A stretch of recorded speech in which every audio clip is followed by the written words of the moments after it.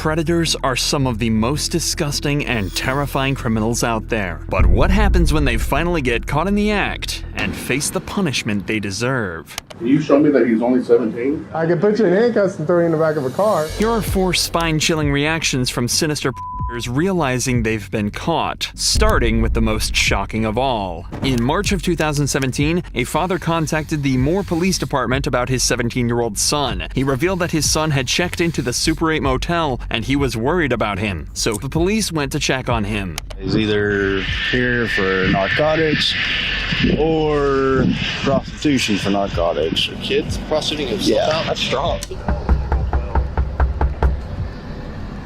Let's go open up the door so we can talk to you. What? What? Yeah, because you have a juvenile in your hotel room.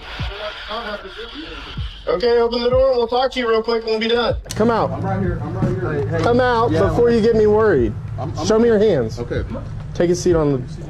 What's going on? What's going on with you, man? Just trying to have A good time? Yeah. What's your name? Ralph. Ralph what? Shorty. You got an ID, Shorty? Shorty doesn't sound like a last name to me. I'm sorry, guys. You're kind of freaking me out a little bit. Yeah, that's what we do. He's 17. Okay. What do you mean, okay? I didn't know you. Okay. Whatever you're doing, it's a bad idea. If he was a couple years younger, you'd be going to prison. At that time, the officer had no idea he was dealing with 35-year-old Senator Ralph Shorty, a Republican from the Oklahoma Senate. What puzzled everyone was trying to understand why Shorty was with a teenager inside a motel in the middle of the night. And a few days later, they were both brought in and questioned separately. What followed in the interrogation was extremely disturbing. There's a pretty lengthy conversation on his tablet that he says is with the guy that is you. Is it online or the kick ID is Jamie Tilley. He calls me Jamie, Uh-huh. and I'm not sure why.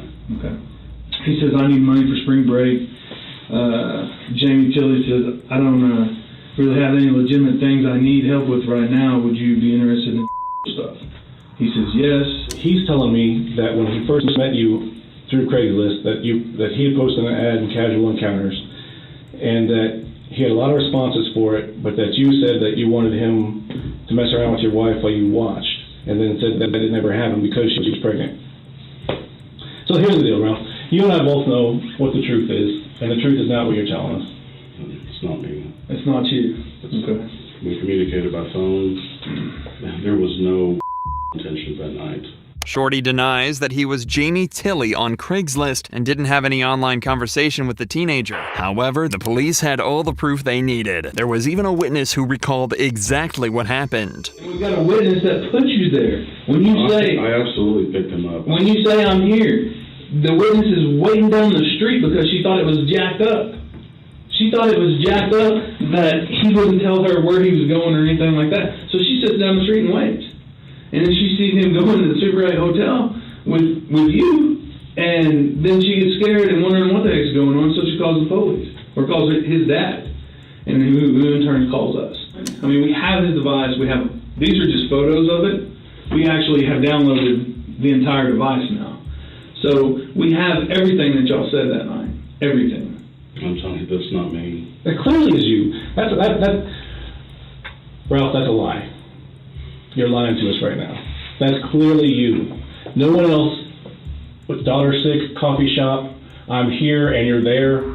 That's clearly you. I don't know who else he could have been talking to. Shorty kept on denying his actions. But the FBI also found that Shorty had been doing this for 5 years. He had used fake names to send and receive child pornography and go on Craigslist to find these young men. According to Shorty, the younger, the better. The legal age of consent in the state of Oklahoma is 16. But under state law, engaging in prostitution with anyone under 18 is illegal. And even though Senator Shorty claims he didn't know the boy's real age, the police didn't believe him. We're not saying you're a bad guy. We're not saying you set out thinking that this is some 15-year-old kid you're going to go. We're not saying that. We're saying, hell, maybe you didn't know how old he was. I don't know. I think you probably did based on what he's telling me. I asked him, I said, hey, does he know how old you were? And he said, yeah, he knows because we had a discussion about it, and at first he was uncomfortable with it, but then he finally got over it. I know you guys don't believe me, and I'm not going to try to convince you otherwise unless I have something to show you, and I just don't know. So basically all that can happen is, at this point is that we get more evidence about what's going on. Because there's nowhere to go from here. There was no way out for Shorty, and in June 2018, prosecutors revealed that Shorty had twice with the victim before they were found together at the hotel. Finally, in September 2018, he was sentenced to a total of 15 years in prison on a child sex trafficking charge and 10 years of supervised release. Now, imagine if the predator is someone everyone is supposed to feel safe around. As a teacher, if you're accused, you're guilty. Stephen Budd was a teacher at Rosarian Elementary School before he got caught and arrested for giving out candy to kids in return for sexual favors, a reward system he likes to call Bud Bucks. In 2013, 2 teenage girls came forward and reported Stephen to the police. The incidents took place in 2006 when Bud was their homeroom teacher, and the girls were only 9 at the time. A few months after the report, he was brought in for interrogation. Why do you think it is? Because of all the crap I've been saying today. The girl has been calling me and accusing me of stuff. Why do you think she would accuse you of this? Anything that happened in the classroom or anything that you remember? No. This was a couple years ago, right? Yeah. How long ago was She it? was in 4th grade. I'm not sure what she is now. She's high school. Right. So obviously you know the allegation. There's, have you ever had anyone bring up anything No. like this before? 18 years of teaching has never come. Okay. How about in another state? In No. Pennsylvania? No. Nowhere? No.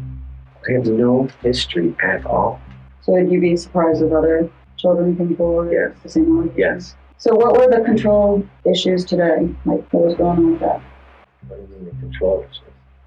I thought you said she was trying to say something to you. Yeah, she was accusing me of doing stuff every day in 4th grade to her. You can tell from his body language that he's hiding something. At first, he seems relaxed, and then suddenly he shifted in his seat and got in a stiff, defensive posture. The allegations were that you were the deaths. So I don't know if you're familiar with DNA. Yeah. Was there any time that you were at the school that you did masturbate, that maybe you walked in or something to any type of evidence down the road that shows up? No. That stuff doesn't go away. I know it's been quite a few years. I'm just letting you know. School. Stephen maintains that posture as he denies the allegations. What Stephen accidentally confessed to next might have been enough to put him behind bars. Well, I want to understand the side of your class because I don't right now. You have reading, you have beanbag, you said under the desk. Well, under the desk wasn't necessarily a center. It's just kids ended up there at some point. How That many was can- one of the places that they went, as well as like under the computer table, as well as, up front and wherever. How many kids can fit under the desk at one time? Your desk. I don't know.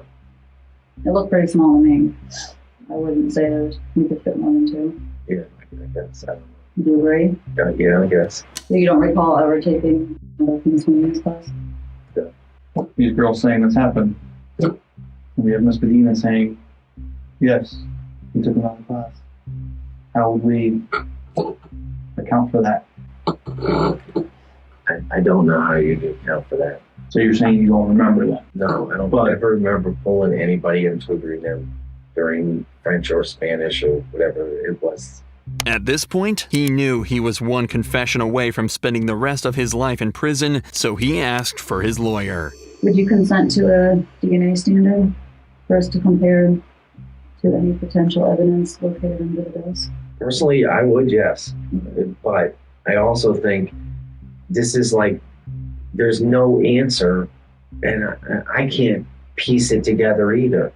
So I'm thinking at this point, I need a lawyer. I need to find out someone that can tell me and look at this for me, not nothing personal against you guys, but if a little girl came to me and said these things, I'd be heartbroken and go with her too. But I have no one to give me advice. Stephen was found guilty of sexually assaulting 2 9-year-old girls inside his classroom and was sentenced to 3 life sentences in prison. While the first 2 cases were a breeze for the cops, Josie Armand's case took a violent twist. Turn around, put your hands behind your back. On May 22, 2021, 30-year-old Josie Amon was accused of groping a 10-year-old girl in a Wisconsin Walmart. But before anyone could stop him, Josie fled the store and ran out of sight. Thankfully, it's not that easy to escape the police, and this cop managed to track him down. Does the name Josie ring a bell? Yeah. Is he here? Yes. Okay. I gotta talk to him. Hey, Josie. Officer Flatton. This was a little bit more urgent for me, so I decided to just come down and talk to you here. In May, we got a complaint from a parent and a young girl at the Walmart in Alaska that involves you. Anything ring a bell to that? Okay. Have you ever been at the Walmart where you got chased out of the store? No. Josie kept on denying everything, but the cop had a trick up his sleeve. Before visiting Josie, the officer collected pictures of him at Walmart and a receipt confirming a purchase that he made there. He had him dead to rights. Would you agree that this is you? No? Okay. Is this your truck? Definitely not. You don't think that resembles you in the slightest? I'm not gonna agree to that. The suspect of this whole thing was inside Subway, bought a sub sandwich, used your debit card. Wait, somebody used my debit card, you said? Well, you. In a Subway? Yep, on Alaska Walmart Subway. You still want to tell me you have no idea what I'm talking about? Okay. At this point, there's only one option for Josie: to run. Turn around, put your hands behind your back.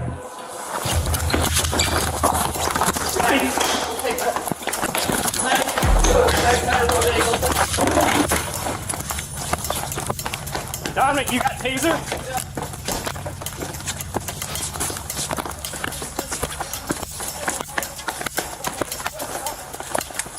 Stop! You stop! Stop! Get on the ground. Luckily, Josie didn't get too far before he was tackled to the ground by the cops, and they made sure he regretted even choosing to run in the first place. Josie was charged with first-degree sexual assault of a girl under the age of 13 and misdemeanor resisting an officer, and could face up to 60 years in prison. Everything happened extremely quickly for this guy, but in the case of Ryan Burton, the cops had spent weeks planning their attack and making sure he headed to jail for a long time. On July 6, 2021, an investigator pretended to be a 15-year-old girl on social media, and Ryan Burton took the bait. He even went as far as asking for her address in La Crosse, Wisconsin. But when he arrived, he was greeted by police officers and not the young girl he was expecting. My name's Detective Ross, and I'm with La Crosse Police Department. Can you take your hands out of your pockets for me? Yeah. What's your name, sir? Ryan. Ryan, okay. Any weapons with you today? No. Okay. If you just want to put your hands on top of your head, I'm just going to pat you down, make sure you got no weapons with you today. I'm here at the police department as well, sir. See our badge? Yes. Okay. Right. You like? Yeah. Put your hands behind your back. You okay? You not hurt, Brian? I'm good. Ryan was immediately arrested as the chat with the investigator was more than enough proof to take him in. However, they now had to learn more about Burton by searching his car. One of his diaries caught their attention. You won't believe what was written inside. Both therapists mentioned that I had nonverbal cues that I was uncomfortable when talking about what happened. After some reflection, I think this is because I've always felt like I'm a good person, I'm kind, but this has turned me into a and that makes me very uncomfortable. Oh, why don't we just take that whole thing? Okay. At this point, Ryan's fate was sealed. They had the conversations and the diary as proof, and the only thing that was left was to interrogate him. So Ryan, obviously you're here, you were taken into custody for a reason. I've got an open investigation. I investigate crimes against kids. Okay, you still have no idea why you're here? As long as you understand your rights, Ryan, I need your signature here. And if you want to talk to me and talk to me about why you're here, signature here. Okay.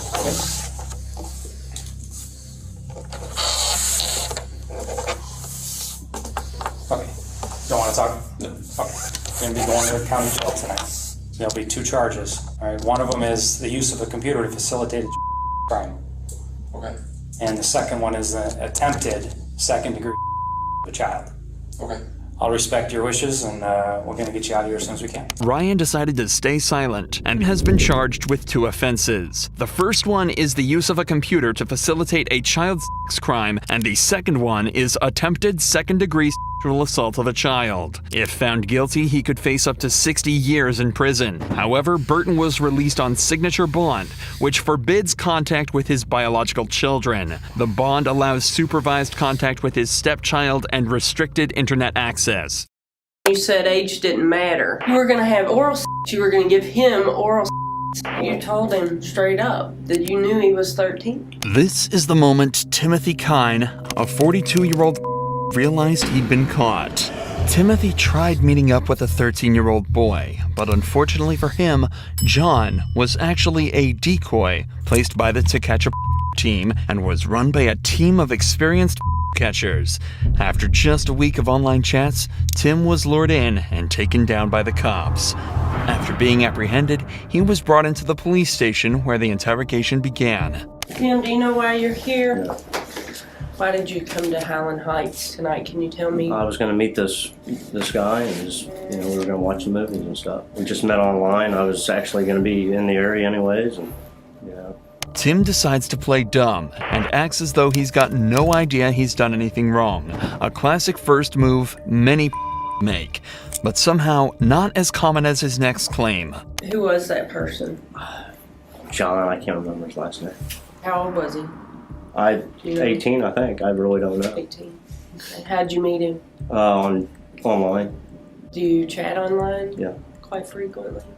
Of course, he says John was 18 years old, the legal age of consent in Kentucky where all this took place. This response is actually so common that lots of people actually treat it as an incriminating statement. If a 40-year-old is comfortable meeting up with and having with an 18-year-old, they're either lying about the kid's age or very likely also willing to meet up with someone that's 17 or younger. I have some chat logs where you all talked back and forth, and I think that person told you they were 13 in the chat log. I wouldn't meet somebody 13 years old. No. So that's too, that's too young. Yeah. Not only did John tell Tim he was 13, it was almost the very first thing he said. And while Tim acknowledges here that 13 is too young, his messages contradict that as well, with him explicitly stating that he really doesn't care about the age. It's the guy that he's interested in. You want to tell me a little bit about how you chatted with, was it John, you said? Yeah. Nothing, we just met and, it just went from there. Did you have something in common? Just seemed like a nice guy, It doesn't take a genius to realize that Tim's keeping his answers as short and vague as possible here as a way to hide the true nature of his messages. Tim already knows he's in trouble and what he's likely in trouble for. His only play is to try and convince the detectives that he was there for a different purpose. Unfortunately for him, though, the cops think they have everything they need to take him down. I've read a little bit of the chat that you had, and there were some underlying issues of maybe homosexuality. Was that maybe the reason for your contact with John? Could be, but if he's and the age, if that's what you said, that's that would have never happened. Mm-hmm.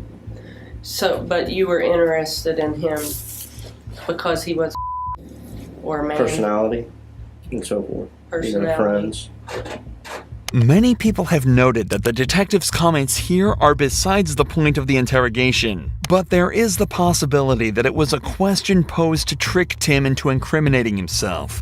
If Tim was interested in John strictly because he was homosexual, that implies that his intentions with John were sexual. However, this does become a somewhat pointless argument when you realize the pair met on a website called gay.com. I get the feeling that you think that we're trying to mess with you. That's not the case at all. We're here to find out what this situation was so that we can explain it. And without your help. That's the situation. That's you understand me though? I understand you. So I need you to come clean with me and tell me what this was all about. That's exactly what it's about. You know, if I meet somebody, fine. You know, I mean, if it goes farther, that's cool. But, you know, I mean, I'm not looking for, you know, I'm looking for friends. Yeah. Maybe a relationship. Tim and the cops continue to talk about everything that's happened so far, with Tim explaining there was nothing inherently about the meetup, and he had no idea the guy was 18. But as the cops start to repeat the same questions over and over, he starts to get visually uncomfortable.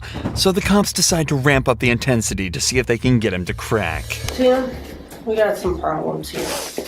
Whenever you talked to John, you told him straight up that you knew he was 13. I can't tell you how many times in this chat log that you tell him that you know he's 13. You talk about spring break. You ask him when his mom's leaving. You planned on coming to stay. Hold on, I've listened to you. Okay? I'm gonna lay it out for you because here it is. You were coming to stay all weekend, not just a day. You told him you were coming all weekend. You were gonna have oral. You were gonna give him oral. You asked him the first time that he if he'd been caught by his mother. And whenever he asked you how old you were when you started, you said 13 or 14, and he said I was the same age, and you said that you understood. So don't tell me that you don't know that he was 13, and that wasn't your intention to come here and have the 13-year-old. No, that was not my intention. It was absolutely your intention, Tim. Don't fill me full of crap. I'm done with that game. That game is over. Now, do we want to talk about what your intentions were here? Because I'm beginning to think you're not a. All the messages that the detectives are referring to are public, so we can see exactly how disgusting they really are. Not only was he constantly telling John he liked him, wanted to date him, and would do anything for him, they also talked explicitly about cuddling, making out, oral and masturbation.